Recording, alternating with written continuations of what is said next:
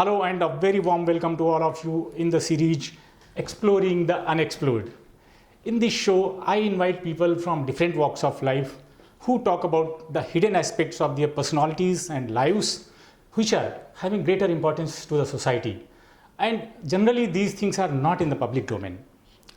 Today, I have a guest with me, Mr. Kunal Gadvi.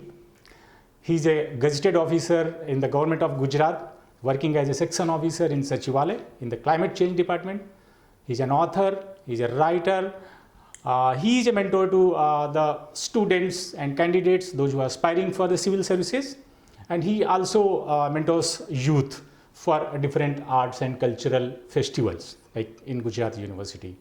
He's a faculty in Sardar Patel Institute of Public Administration, popularly known as SPIPA. His first book, debut book has come just now, that is king कर्तव्य मूढ़. हिंदी में इसको बोलते हैं king कर्तव्य विमूढ़. Yes absolutely. और अंग्रेजी में इसको बोलते हैं बेविल्डर्ड डिलेमा. हाँ, डिलेमा. यस. जब आप किसी कंफ्यूजन में रहते हैं तो एब्सोल्युटली ये स्टेट ऑफ माइंड होती है. Kunal Gadhvi is a multi faceted personality. He's a star in social media. People like him, people follow him, and he's my favorite as well. That is why I wanted to talk to him. Thank you so much. So Kunal bhai, very warm welcome to the show. Thank you so much. आज हम आपसे बहुत सारी बातें करेंगे क्योंकि आपकी बातें ऐसी हैं because you have been inspirational to the people. People follow you. People take you as a role model.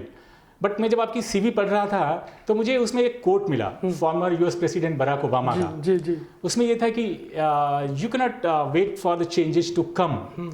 Changes का आप इंतजार नहीं कर सकते हो, ना टाइम का इंतजार कर सकते हो. You are the change which you are looking for, and we are the people which we want to be. So ये जब आप इस कोट से जब आप इंस्पायर होते हो और लोग बाग आपको देख के इंस्पायर होते हैं तो आप क्या मतलब निकालते हो इसका? जी, महात्मा गांधी जी का कोट था कि be the change you wish to see in the world. Yes. Barack Obama is obviously inspired with our great father of nation, Mahatma Gandhi. जी. And I also read about the Michelle Obama and the lovely chemistry between the Michelle Obama and the Barack Obama. So yesterday, just 2-3 days back, I met Himanshi Shelat. She is very popular writer in Gujarati literature. She said, she is a 75-year-old. She said कि व्यक्ति को full flowering में रहना चाहिए. Full flowering, उसको खुद का विकास कितना करना चाहिए. सी इज 75. वी सेड कि अब आप क्या 75 के बाद हिमांशु शेलत जी क्या करेंगे? तो उसने कहा कि मैं अभी भी मेरा विकास करूंगी, अभी मैं कुछ नया सीखूंगी, अभी भी मैं कुछ ऐसे चेंज लाऊंगी. क्लाइमेट चेंज के लिए भी वो काम करती है, एनवायरमेंट के लिए भी काम करती है, राइटिंग के लिए भी काम करती है. तो हिमांशु शेलत जी ने बहुत ही अच्छा एग्जाम्पल दिया कि महात्मा गांधी जी थे वो नेचुरोपैथी में भी बेस्ट थे. महात्मा गांधी जी थे और स्वतंत्र संग्राम में भी नंबर 1 थे. महात्मा गांधी जी थे वो जो हमारे हिंदू संस्कृति में जो भी हमारे संस्कार है उन्हीं के बारे में बहुत बढ़िया बात है कि तो अलग अलग जो फील्ड है, जैसे कि एबीडी विलियर्स है, वो फुटबॉल भी अच्छा खेलता है, टेनिस भी अच्छा खेलता है, क्रिकेट भी अच्छा खेलता है, बॉलिंग भी अच्छा करता है, बैटिंग भी अच्छा करता है. तो what I learn from her कि जो हमारे वाजपेयी जी है वो बहुत ही अच्छे पोएट है, बहुत ही अच्छे एडमिनिस्ट्रेटर है. अगर वो विरोध पक्ष में है तो अभी सबसे अच्छे पार्लियामेंट्री का उनको अवार्ड मिलता है. तो मेरा जो एक कोट्स है, तो I don't wish to get confuse in so many quote, but I have selected some you can say starred quotes. तो आप कौन सा चेंज चाहते हो या करना चाहते हो? मैं ये चाहता हूँ कि जो भी व्यक्ति है वो अपने जीवन में निखालस बने. उनको जो भी चीज़ें लाइकिंग है, डिसलाइकिंग है, ही शुड और she should be very much transparent to this society. और उनको एक अपर लिमिट होनी चाहिए और उनके जो गोल्स होते हैं वो अचीवेबल होने चाहिए. नॉन अचीवेबल गोल में क्या होता है कि बहुत सारे साल बर्बाद हो जाते हैं, पर्सनालिटी भी थोड़ी फिक्की पड़ जाती है. तो आदमी को एवरी सिंगल डे मेरा ये मानना है कि 1 आवर पर्सनालिटी डेवलपमेंट में करना चाहिए. मतलब रियलिस्टिक गोल सेट करो and work on it every single day. Make a 1 hour to yourself. You can call it a me time और whatsoever, but 1 hour for yourself, for your future. क्या बात है, please have T. तो हम ये जब हम आपको देखते हैं तो मुझे एक अंतर्राष्ट्रीय व्यक्तित्व नज़र आता है. मतलब आपके लुक में और आपकी किताब भी मैंने पढ़ी, किंग कर्तव्य विमूढ़। जी। तो इसको पढ़ने के टाइम पे मुझे ऐसा लगा कि ये पूरे अंतर्राष्ट्रीय पाठकों के लिए लिखी गई, इंटरनेशनल रीडर्स को टारगेट करके लिखी गई है। Thank you. तो मैं आपसे ये जानना चाहता हूँ कि गुजराती वर्जन कैसी कर रही है और हिंदी और अंग्रेजी में कब प्लान कर रहे हैं, कब एक्सपेक्ट करें लोग? Really nice question. In year 2008, my friend named Krupa went to the Canada and she told me that keep in touch with me on Orkut. Orkut was a very new phenomenon to the social media. In 90s and 2000s, yes. Yes, I ran to the cyber cafe and logged into the Orkut, and with my surprise, so many people from the Brazil I met on Orkut, and somehow with my interaction with so many culture and so many states and other nations, I feel that homogeneous thought process, and I read a lot at that time in my college time. So I thought to feel and to be a global citizen where I see the world without the boundaries. I see the world without the homogeneous nature of the religion. I respect the each and every religion, caste and creed. So whenever I think about something issue, whether it's a national, international or a local issue or my personal issue, I see as a very सम्यक मार्ग। जो Buddhism में है कि सम्यक मार्ग है, तो किसी की कुछ तो गलती आपके सन का नाम भी सम्यक है? हाँ, मेरा सन का नाम भी सम्यक है। Very true. तो सम्यक जो महात्मा बुद्ध ने जो सम्यक ज्ञान दिया, जो 8 अष्टांग मार्ग है, सम्यक निर्वाण है, सम्यक ज्ञान है, सम्यक वाणी है, तो मेरा जो है किसी की गलती है कि किसी की नहीं है, तो मैं एकदम उसे हटकर सोचता हूँ कि कई सारे मैटर रहे होंगे, कई सारी चीज़ें होती होगी, तब एक घटना बनती है, कई सारे फैक्टर से बनती है। तो मैं पूरी चीज़ें से हट गया और मैंने देखा कि ब्राज़ील में क्या हो रहा है, लखनऊ में क्या हो रहा है, कश्मीर में क्या हो रहा है, दिल्ली में क्या हो रहा है, और मैं नेशनल न्यूज़ पे पढ़ता रहता था। तो नॉवेल में किसी भी टाइम मुझे ये नहीं लगा कि मैं राइटर हूँ या पेंटर हूँ या मैं कुछ भी टैलेंट है मेरे में। मैं सिर्फ एक्सप्रेशन करता हूँ, मेरे में जो भी दिमाग में आता है मैं एक्सप्रेस करता हूँ। मुझे लगा कि नॉवेल में ऐसा फॉर्मेट है, तो मैंने एक्सप्रेशन मेरे ऐसे फॉर्मेट में डाल दिया। अगर मैंने लगा कि ऐसे एक्सप्रेशन आ रहा है, तो मैंने मेरी पोएम में डाल दिया। मैंने 1-2 गजल लिखी, मैंने देखा इसमें हिंदी में भी कुछ लिखे हुए हैं। मैंने हिंदी में वो आपके ही लिखे हुए हैं? मेरे ही लिखे हुए हैं। तो कुणाल भाई, मुझे ये भी जानना था कि आपने बताया जैसे कि बहुत सारे स्टेट्स का ट्रैवल किया है इंडिया में, तो जो ट्रैवलर होते हैं वो क्या एक बेटर इंसान बन जाते हैं? मतलब उनकी समझदारी बढ़ जाती है, इंक्लूसिविटी बढ़ जाती है, और वो हर कल्चर, हर तरह का खाना, हर तरह के लोग, हर तरह के जगह, उनमें अपने आप को ज़्यादा एकाकार कर पाते हैं? एब्सोल्युटली। बिकॉज अगर मैं आपको मिलता हूँ तो एक किताब पढ़ने जितना है।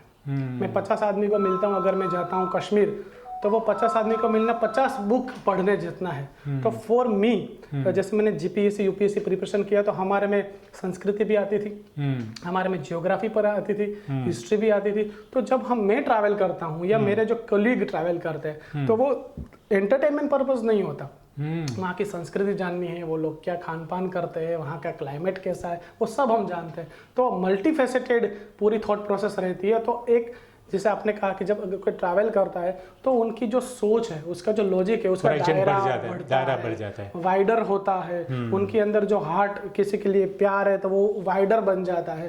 तो घूमना फिरना, किसी दूसरे क्लाइमेट में खुद को एडजस्ट करना, किसी तकलीफ भी होती है खाने की, रहने की, वो सब एडजस्ट करना, तो आदमी एक ग्लोबल सिटीजन बनता है और एक्सेप्टेंस बढ़ता है, एडेप्टेशन बढ़ता है उनका।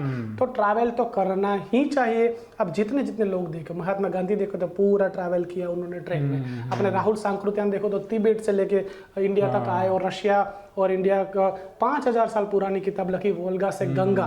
तो जिन लोगों ने ट्रैवल किया है वो उन्हीं लोगों ने डेवलपमेंट किया है। जो हम गुजराती में कहते हैं कि कुआ मना देड़का, तो कुएं के जो मेंढक होते हैं वो कभी डेवलप नहीं कर सकते, खुद का भी नहीं कर सकते, अपने इर्द गिर्द लोगों का भी नहीं कर सकते। उससे खुद का भी विकास रुकता है, समाज का भी विकास रुकता है। हम दूसरे सवाल पे आते हैं, किताब लिखने के बारे में। बहुत सारे आपने यूपीएससी की तैयारी करी, फिर जीपीएससी, अभी ऑफिसर हैं। बहुत सारे इवन यूपीएससी वाले, जीपीएससी वाले ऑफिसर्स लिखते हैं किताबों को। वो ये चाहते हैं कि इनकी वजह से उनका जो अंदर का थॉट प्रोसेसेस है, उनके हिडन इमोशंस हैं, उनके जो आइडियाज़ हैं, जो कई बार हम पब्लिक में ऐसे नहीं कह पाते, उनको चैनलाइज करके किताब बनाते हैं। तो आपको क्या लगता है कि जो लोग ये ऐसे कर देते हैं या करते हैं, वो एक बेटर सेंसिटिव ह्यूमन ऑफिसर बन जाते हैं, वो अपने काम में भी ज़्यादा दक्षता ला पाते हैं? एब्सोल्युटली। 2-3 किताबें लिखी गई हैं एस्पिरेंट्स पर। हाँ। और किताब के अंत में या वेब सीरीज के अंत में आदमी या IAS बन जाता है, IPS बन जाता है। सक्सेस स्टोरी है, मेरी फेलियर स्टोरी है। I am representative of people who failed in their life. और मैंने सुना आई फेल्ड, हाँ, मैंने कहीं सुना है कि जो फेल्ड लोग होते हैं उनसे आप ज्यादा सीख सकते हो। Sir I failed in UPSC examination. तो इस एग्जाम में मेरा जो पूरा जो नायक है, जो लीड कैरेक्टर है, वो फेल्ड हो जाता है एग्जाम। अंबर फेल हो जाता है। हाँ। तो ऐसा नहीं है कि एक कई सारे लोगों की स्टोरी है, 10 लाख लोगों की स्टोरी है। 10 लाख लोग एग्जाम देते, 200-300 पास होते, तो बाकी लोगों को क्या करना चाहिए? क्या वो हारे हुए इंसान है? नहीं। तो वो कुछ ना कुछ फील्ड में तो आगे बढ़ते हैं ना। वो इंसान तो है कुदरत के दरबार में, चाहे वो प्यून हो या IAS हो, सब एक है। तो मेरा ये कहना था कि अगर आप फेल हो गए तो क्या होगा? तो मोटिवेशन मुझे सीधा नहीं देना है, मोटिवेशन मुझे एक स्टोरी के थ्रू देना है। तो मेरे आर्टिकल में कोई क्लास 3 भी बनता है, कोई जॉब छोड़ देता है, कोई बन जाता है, साधु बन जाता है। तो मैंने हर कैरेक्टर को दिया। और एक IPS भी बनती है लड़की जो पुलिस कमिश्नर बनेगी। तो वो ऐसा नहीं है कि आप सक्सेस के पीछे मत भागो, सक्सेस तो करनी ही है। अगर आपकी मेहनत से अगर आपको ईश्वर आपको फल देता है तो करना है, पर अगर नहीं देता फल तो भी इट्स ओके। अच्छे से जिंदगी जियो, खाओ पियो, घूमो, मजा करो, स्ट्रेस मत लो। तो ये मेरी एक मुझे मैसेज देना था ना। somehow I have been able to convey because 800-900 book already sold। तो इसमें इसको करने के बाद आपको लग रहा होगा कि मतलब हम बहुत फ्री हो गए हैं। जो अंदर एक लेके घूम रहे थे, बोझ लेके घूम रहे थे फेलियर का, कि हमें जो एक्चुअली जिसको हम पहले चाह रहे थे वो नहीं हुआ। तो कोई बड़ी चीज़ या छोटी चीज़ नहीं होती जीवन में, आप जहाँ भी हो वहाँ खुश रहो। ये मैसेज जो फेल्ड कैंडिडेट्स हैं, जिनको जो चाहते हो नहीं मिलता है, इस किताब के थ्रू मिल सकता है। तो ये किताब बिल्कुल पढ़ना चाहिए लोगों को। तो अगर हम दूसरी बात पूछे, क्योंकि अगर आप UPSC नहीं पास करते हो या IAS नहीं बनते, IPS नहीं बनते, या इवन कई बार GPSC भी नहीं बनते। GPSC कोई स्मॉल चीज़ नहीं होती, स्टेट गवर्नमेंट की जो बहुत बड़ी चीज़ होती है। ये भी लाखों में लोग बैठते हैं और हंड्रेड्स में पास होते हैं। तो जो लोग ये भी नहीं बन पाते हैं, फिर आप स्टार्टअप्स के बारे में आर्टिकल भी लिखते हो देव भास्कर में, तो वो लोग बिजनेस करते हैं। अब मैं आपसे ये जानना चाहता हूँ कि जो ये सर्विस का ग्लैमर है, सिविल सर्विसेज का ग्लैमर है और उसकी सुविधाएं हैं, उसके जो अपना एक कंफर्ट जोन है, एक सिक्योरिटी है, सेफ्टी है, ये एक अभी भी लोगों के दिमाग में बड़ा इंस्पिरेशन रहता है, बड़ा अट्रैक्शन होता है। तो जो जॉब वाला आता है, जो बिजनेस कर रहा होता है या कोई प्राइवेट जॉब में जाता है, अगर हम बिजनेस की बात करें, स्टार्टअप की बात कर रहे थे, तो स्टार्टअप करने वाला इंसान इतना मोटिवेटेड रह पाता है या आपकी तरह वो एक कूल लाइफ जी पाता है, जी सकता है? अगर नहीं जी सकता है तो हमें इस कल्चर को बढ़ावा देने के लिए क्या करना चाहिए? क्योंकि होता क्या है कि बिजनेस में व्यक्ति सोचता है नहीं, मैं तो ऑफिसर हैं, वो उनकी सिर्फ लाइफ है, they have cool people are reaching out them, हम तो लेबर आदमी हो गए। बिजनेस करने वाला ऐसा सोचता है हमें फील्ड में जाना है, मेहनत करना है, इनसे मिलना है, उनसे तो वो लोग एक वैसी cool life, safe life, glamorous life आपके साथ वाले स्टार्टअप जो स्टार्ट करें, मेंटेन कर पाएं, इसके लिए आपका क्या सजेशन है और क्यों नहीं कर पाते, अगर नहीं करते हैं तो? जी, अगर मैं बात करूँ तो देखो, अगर एक वलसाड़ और जो वापी का साइड है पूरा, वहाँ पर एक वानगी फेमस है, मतलब उसको हम सब्जी कहेंगे, सब्जी जैसा पूरा, उनको कहेंगे उम्बाड़ियू। तो उम्बाड़ियू खाने वाला, जो उम्बाड़ियू बनाने वाला जो वहाँ पर महिला थी, उनके बेटे ने मुझे कहा कि मुझे गवर्नमेंट ऑफिसर बनना है। हाँ। ठीक है। एक टेलर के बेटे ने मुझे कहा कि मुझे गवर्नमेंट ऑफिसर बनना है। एक बहुत बड़ा खेत जिनके पास है, उन्हें वो जो खेती करता है और अच्छी सी ऑर्गेनिक खेती करता है, उन्होंने कहा कि मुझे गवर्नमेंट ऑफिसर बनना है। तो अब देखो, अगर सब गवर्नमेंट में आ रहे हैं तो अब खुद की जो संस्कृति है, उसका क्या होगा? जो पेडिग्री है, उससे वो दूर हो रहे हैं।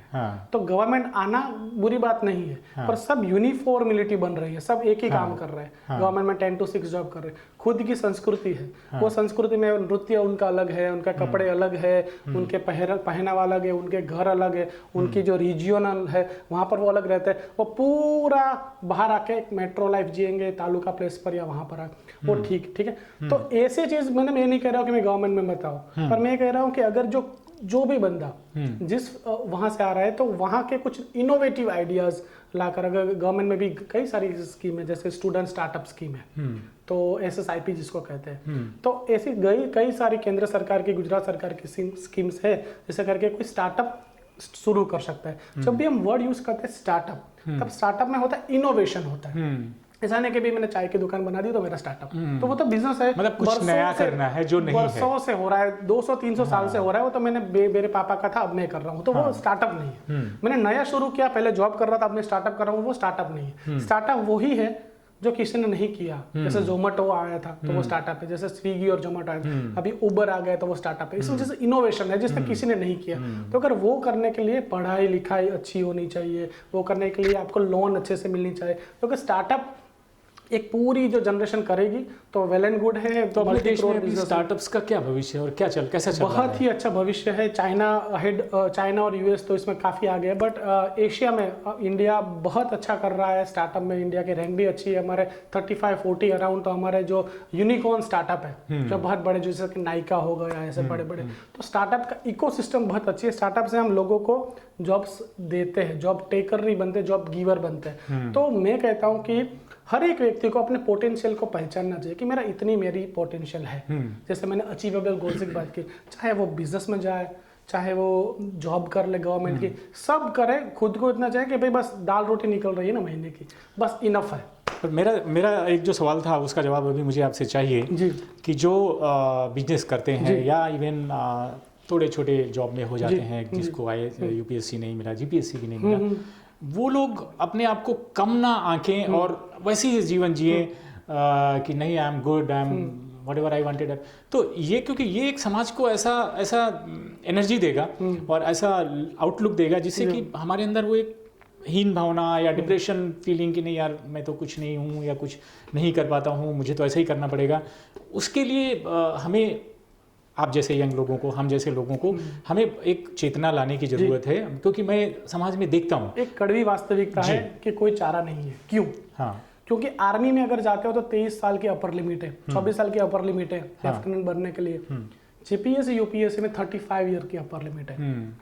जीपीएससी में अगर कोई रिजर्वेशन है तो 40 ईयर तक की है। राजस्थान में 45 ईयर तक की है। तो कोई बंदा 22 साल का है, प्रिपरेशन शुरू किया, नहीं हुआ, मोटिवेशन वीडियो देखा, दूसरी बार कर लूंगा, नहीं हुआ, तीसरी बार कर लूंगा, ऐसा कर करके 40 साल का हो जाएगा। फिर उनको अगर लगेगा कि अब मैं डिप्रेस हो रहा हूं तो उनकी ही गलती है। उनको पोटेंशियल खुद का उन्होंने चेक नहीं किया। अगर कर लेता तो 28 में एग्जिट ले लेता, 29 में एग्जिट ले लेता, फिर वो कई सारी चीजें कर सकता है। जैसे आपने मुझे क्वेश्चन पूछा, सही है, लेकिन आप देखिए उसमें भी एक लिमिटेशन तो है ही है। अगर आप सब मान लो, सबको हम एक बार अज्यूम कर लें कि सब लोग एकदम 100% सही हो गए, तब भी कितने लोगों को मिलेगी? नहीं मिलेगी ना, बहुत वेरी, उन लोगों को नहीं मिलेगी, 1% भी एनी रीजन। तो हमें वो लोग भी उतना ही मोटिवेटेड रहें, खुश होकर रहें, और समाज में एक जो एथिक्स है, एक जो वैल्यूज हैं। जी sir, the minimum qualification for the class 1 to jobs are graduates. कई सारे पोस्ट ग्रेजुएट भी होते हैं, और उन्होंने को जो जीपीएससी प्रिपरेशन करते हैं उसमें कोई रॉकेट साइंस नहीं आता, उसमें ज्योग्राफी आता है, हिस्ट्री आता है, पॉलिटिकल साइंस आता है। तो वो सब्जेक्ट आदमी को उम्दा इंसान बनाता है, बेटर सिटीजन बनाता है, मैनेजमेंट स्किल आता है, उसमें पब्लिक एडमिनिस्ट्रेशन पूरा उसको पता होता है कि कलेक्टर की ड्यूटी क्या है क्या। तो ये जो एग्जाम है, जैसे विकास दिवेकर हमेशा कहते हैं कि अगर आपने 1 साल दे दिया यूपीएससी को और अगर फेल भी हो गया तो आपको बेटर सिटीजन बना के तो रखेगा। एग्जैक्टली, ये बात है, ये बात। और ये बातें हम, क्योंकि ये प्रोग्राम थोड़ा जीपीएससी और यूपीएससी से कनेक्टेड भी हो रहा है, तो हम ये भी चाहते हैं कि ये बातें, कई बार कुछ लोगों का अपना अपना तरीका होता है करने का, लेकिन आप जाके जब आप ग्रेजुएट हो जाते हो उसके बाद ये सोचना मत शुरू करिए।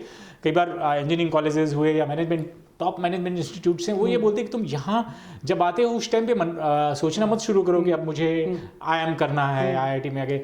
अगर आपने ये सोचना ही शुरू किया, आपने आउटलुक ही ऐसा रखा कि नहीं, मुझे स्कूल्स टाइम से भी एक अच्छा इंसान बनना है, चाहे वो आप ऑफिसर बने, चाहे मैनेजर बने, चाहे IIM करें, चाहे IT, चाहे इंजीनियर बने, चाहे जो भी बने, लेकिन ये हमें एक सोच में लाना पड़ेगा। आप सडनली ट्रांसफॉर्म नहीं कर सकते हो व्यक्तित्व को।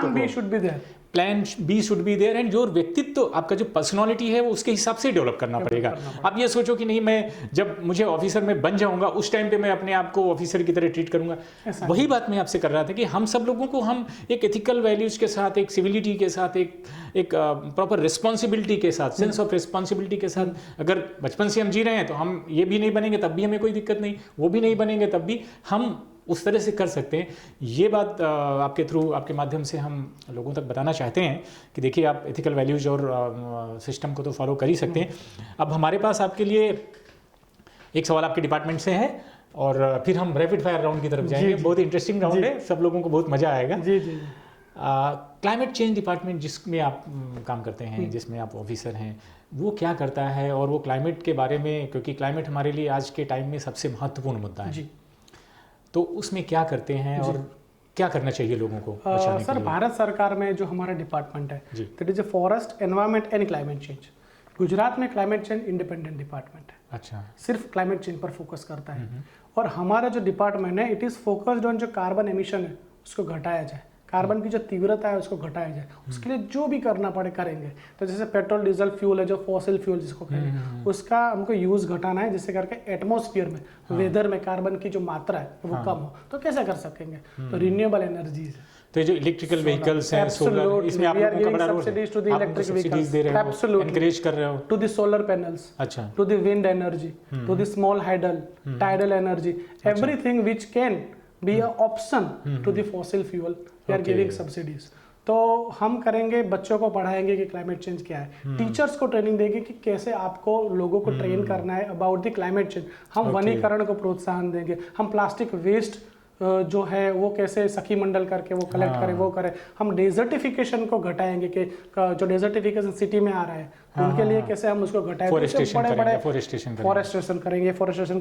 हम IIM, IIT, इकली, GIZ बड़ी बड़ी इंस्टीट्यूट के साथ हम MOUs कर रहे हैं। हमने सदगुरु के साथ सेव सोइल मिशन में MOU किया है। तो वो करके हम जो भी जो पूरा रूल्स ऑफ बिजनेस है फॉरेस्ट का, इसके अलावा भी क्या हम कर सकते हैं? मुझे लगता है जो कैंपेन्स चलाते हैं आप, जैसे सेव सोइल के साथ में आपने ज्वाइन किया, इनका भी बड़ा फर्क पड़ता है बहुत, क्योंकि ये कई बार मानसिक अवस्था भी होती है। अगर लोगों के दिमाग में एक बार आ गई कि हमें इस क्लाइमेट के साथ काम करना है, तो वो लोग फिर अपने आप आजू बाजू में ध्यान रखते हैं और उसका छोटा मोटा असर भी बहुत बड़ा असर बाद में बन जाता है।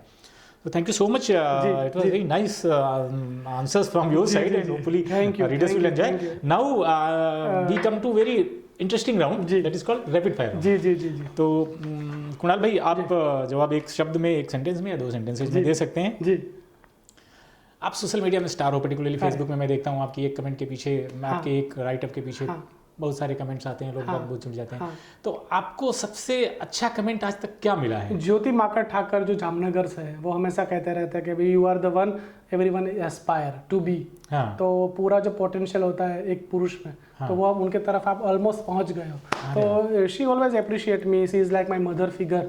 सो आप उनसे इंस्पायर हो? तो उनसे मैं हमेशा इंस्पायर रहता हूँ। Since last 3 years each and every post she appreciate. अगर कुछ गलती भी हो गई है पोस्ट में तो शी करेक्ट इट।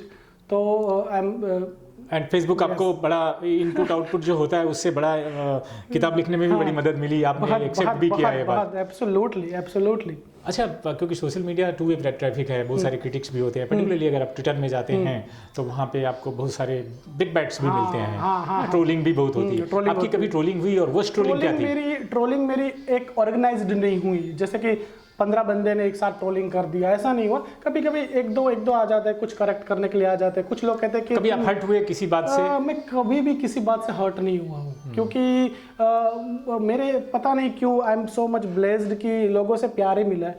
कभी कभी लगता है कि किसी ने व्याकरण में कभी गलतियाँ निकाल दी कि ये गलती है, तुम तो सिर्फ वो करने वाले ज़्यादा लोग कि ये तुम साहित्य में नहीं हो। मैंने कहा कि मैं राइटिंग में हूँ, नॉट अ लिटरेचर। तब जाकर कहा हाँ तो ठीक है। तो वो थोड़ा रहता है ना कि लिटरेचर वाले तो ऐसे ही लिखना है वरना नहीं लिखना। मैंने कहा मैं एक्सप्रेस कर देता हूँ फिर जो भी मैं हूँ। आप सबसे ज़्यादा क्या एंजॉय करते हो? लिखना, मेंटरिंग, टीचिंग, क्योंकि आप फैकल्टी भी हो, interacting with friends, social media में टाइम निकालना? मेंटरिंग मुझे अच्छा लगेगा क्योंकि मैंने इतने साल में जो भी कुछ सीखा है मैं 10-15 मिनट में कह सकता हूँ। तो जनरली आप आइकॉनिक पर्सनालिटी हो, मतलब लोगों को ये जो आइकॉनिक नेचर होता है जिनका, उनको ये अच्छा लगता है लोगों को बताना। सर क्या होता है कि लोगों के 2-3 साल बिगड़ जाएंगे, मुझे डर लगता है। आइदर इन लव और आइदर इन लव की मेंटरिंग करते हो? लव की करता नहीं, लोग पूछते हैं तो कह देता हूँ। मैं आई एम नॉट लव गुरु, पर मैं करियर गुरु ही हूँ, GPSC का या लाइफ कुछ भी।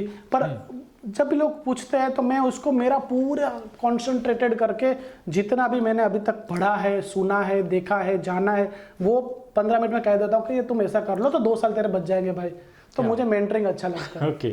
अच्छा, आपका हिंदी या गुजराती, हिंदी में और गुजराती में फेमस सॉन्ग, मतलब बहुत ही फेवरेट सॉन्ग कौन सा है जो हमेशा याद आ जाता है, कुछ भी कार चलाते हुए, नहाते हुए, हिंदी करते में हुए, आपको कभी भी याद आ जाता है कि हाँ गाने लगे, किसी के लिए भी गाने लगे, अपने लिए गाने लगे कभी। अभी तो वो लैला वाला सॉन्ग मैं चला रहा हूँ हर बार। अच्छा। लैला मजनू एक मूवी अभी आई थी इम्तियाज की, तो वो चला रहा हूँ।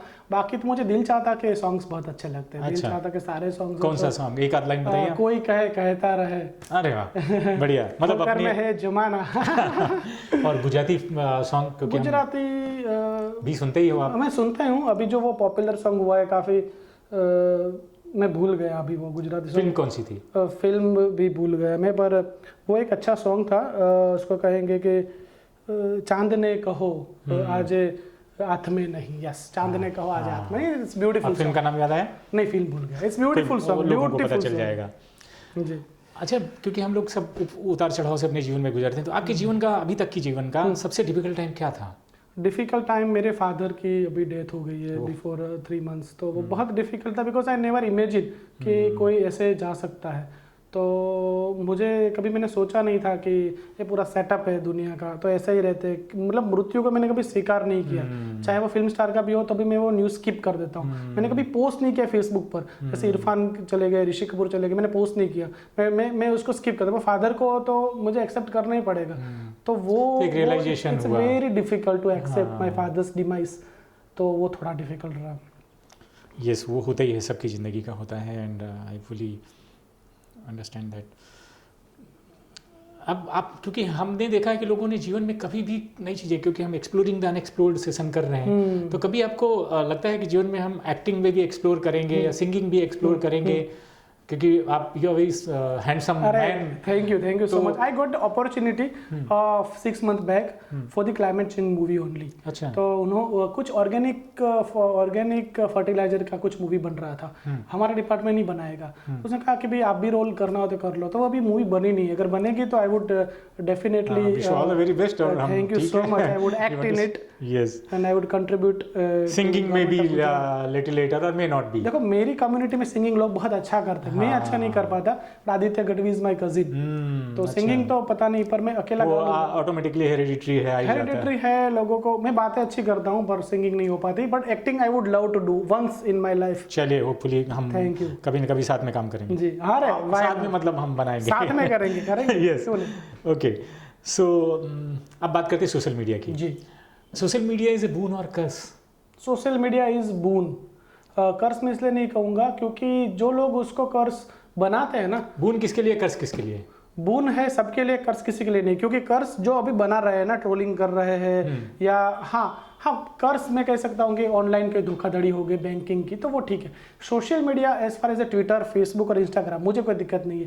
थोड़ा एडल्ट्री हो रहा है, थोड़ा फेक न्यूज़ हो रहा है 10%, but as far as I know, मेरा जो सर्कल है तो ये बहुत ही हेल्दी है। मतलब आप कैसे प्रयोग कर, कैसे यूज करते हो उसका, उस पर ज्यादा डिपेंड है। और जो लोग टॉक्सिसिटी कर रहे हैं ना, वो भी मैच्योर है। उनको पता है कि मैं बुराई फैला रहा हूँ, तो धीरे धीरे वो ठीक हो जाएंगे। तो I am very optimistic and social media is absolutely bone for me. 2023 आने वाला है, wish you a very happy new year 2023 probably day or two. So नए साल में क्या करना पसंद करें, क्या एक्सप्लोर करेंगे? नए साल में मैंने दिव्य भास्कर में एक होप पर आर्टिकल लिखा है। अच्छा। अभी तुषार दवे जी से मेरी बात हुई थी, तो अभी 1 जनवरी 2023 में नया कॉलम शुरू हो रहा है। नया कॉलम शुरू तो मेरा स्टार्टअप पर है ही। स्टार्टअप का तो है, होप का नया शुरू कर। होप का नहीं हो रहा है, वो अलग अलग लोगों को मिलाकर एक बड़ा आर्टिकल बना रहे हैं। जैसे होप पर मैंने कुछ लिखा है। होप पर 23 में मैं कुछ करूँगा। मैं ट्रैवल करूँगा। मैं एक नई किताब लिखूँगा और मैं कुछ भी खामियां अगर रही होगी मेरे जीवन में, उसको दूर करूंगा। मैंने 1 घंटे में खुद को देता था फॉर माई सेल्फ डेवलपमेंट, अब मैं 2 घंटे दूंगा।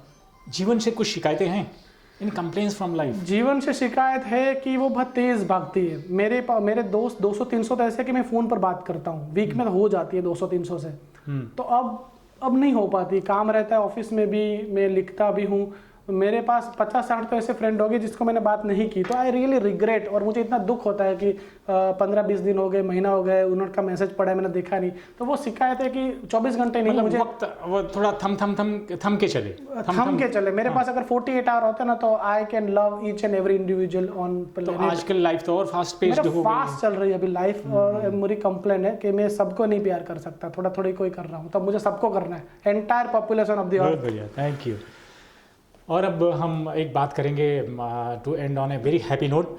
आपके जीवन की सबसे खुश घटना कौन सी है, मतलब happiest event of your life? हाँ देखो, हैप्पीएस्ट इवेंट ऐसा कि लव की, मैं तो लव पर बहुत लिखता हूँ। कोई डेफिनेशन, मैंने मेरी माँ से प्यार करता हूँ, मेरी बीवी से करता हूँ, पत्नी से करता हूँ। तो प्यार का क्या होता था कि मैं लिखता था, सोचता था कि यही प्यार होगा, यही प्यार होगा, बट अंदर से फिर भी मैं तो मेरी वाइफ से ट्रू लव ही करता हूँ, बट स्टिल जब मेरा बेटा आया सम्यक, तो मुझे लगा कुछ डिवाइन सी ही फीलिंग होती है। पता नहीं, उसको देखा पहली बार, birth of my son is the happiest. मुझे कुछ समय का, स्थल का प्लेस एंड टाइम का जब उनको भान नहीं रहता ना, तब आप लगता है पूरा मिल जाता है आपको कि मैं ऑप्टिमम लेवल पर हूँ। तो जब सम्यक के साथ होता हूँ तो I am at the top of the world. तो ये मेरे साथ बेस्ट है। Thank you very much Kunal भाई, it was really pleasure talking to you. मैं एक वाक्य और, इफ यू अलाउ, किम कर्तव्य जो बुक है, इसमें लखनऊ के बारे में है, दिल्ली के बारे में है। Yes. इसमें लाहौल स्पीति के 4 बेहतरीन चैप्टर्स है। यूपीएससी जीपीएससी की प्रिपरेशन करने वाले बंदों पर है। एक मुक्ति करके जो नायिका है, वो ओरोविले आश्रम में अध्यात्म का प्राणायाम और वो सब कर रही है। तो वो जब आती है लाइफ में मुक्ति, अंबर के लाइफ, फिर क्या चेंजेस होते हैं लाइफ में, तो इतने अच्छे से डेडिकेट, मतलब लोगों को अच्छी लगी। मैं खुद की तो तारीफ नहीं करूंगा, बट सिर्फ 160 पेज की है। आप उनको पढ़ो गुजराती में। आई वुड, सर का आपका क्वेश्चन था, 3-4 महीने में हम हिंदी को इंग्लिश में ला देंगे, बट इट्स रियली ब्यूटीफुल। आपको अच्छा लगेगा, आप मुझे बताओ, मैं आपको भेज दूंगा। इट्स ब्यूटीफुल बुक और you would learn something from it. Yes, and हम अपने सारे दर्शकों को 2023 की हार्दिक बधाई देते हैं। कुणाल भाई, आपको भी नया साल मुबारक हो। नए साल हम सब के लिए, सारी दुनिया के लिए खुशियाँ लेके आए और हम किसी भी तरह की परेशानियों में ना पड़े, यही हम लोगों की कामना है। एंड अब जो नया हमारा एपिसोड आएगा वो नए साल में आएगा, नए व्यक्तित्व के साथ आएगा और नई खबरें लेके आएगा, नई चीज़ें लेके आएगा। आप लोग देखते रहिए exploring the unexplored. Thank you.